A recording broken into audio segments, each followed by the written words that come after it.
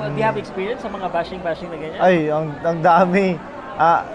But natuwa nga ako ngayon kasi nawala na yung mga ano na yun eh. Hero ka ngayon eh. Hero ka. Pero I'm sure na nandyan pa rin yan sila eh. And hindi ko pwede, you can please everyone. How do you personally handle this? Bilang ikaw, isa ka sa sikat talaga ngayon. How do you personally handle, hindi, I know you understand criticism, pero minsan sobrang below na, hindi mo na maintindihan. Maintindihan mo, parang iba yung style mo, parang bumagal ka. Naiintindihan mo. Pero yung sobrang tira na below na build na, how do you handle it? Lalo na may pamilya ka. Ini-ignore ko na lang at pinagdadasal ko na lang sa Panginoon na sana gabayan sila sa mga sinasabi nila eh. Kasi, hindi ko pinapansin, and then yung mga fans din naman natin yung sumasagot sa kanila. Sila yung nag-explain, sila yung nag-usap doon sa ano. So, okay lang ako doon. Soon as na alam ko na wala akong ginagawang masama, yung ginawa ko para sa pamilya ko, para sa bayan natin. In-ignore ko na, hindi ko na lang pinapansin. Kasi sikat ka, pinag-uusapan ka ng mga tao lagi. Nasanay na din ako noon eh. Hindi mo maiwasan talaga sa atin yun eh. Tsaka ano na yan, part na yun ng ano eh. But you're getting popular, people are gonna talk about you. So we have to accept the fact na rin. Even dito sa Boom Boom pa o sa Paucast,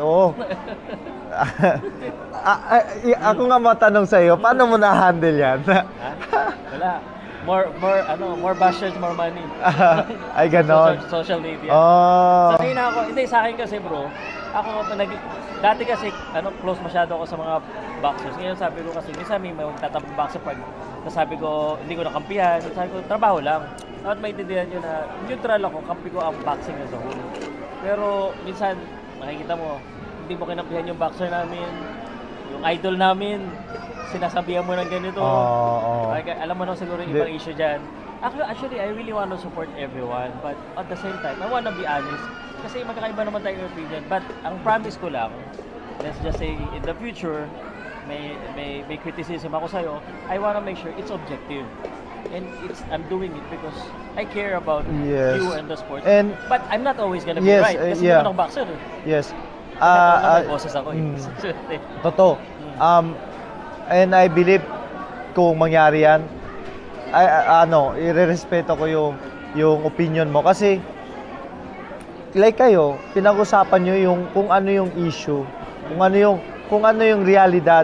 Yun lang, kung masabi ko lang sa'yo, maging totoo ka lang sa kung ano yung pinag-usapan, ano yung realidad kasi yan yung goal nyo eh.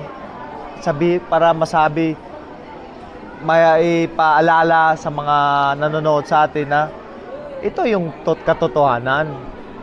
Pag-usapan natin yung katotohanan. And then, kung sa tingin mo, ma-realize mo na mali ka, I'm sure na i-admit mo naman yun eh. Mali, tama pala.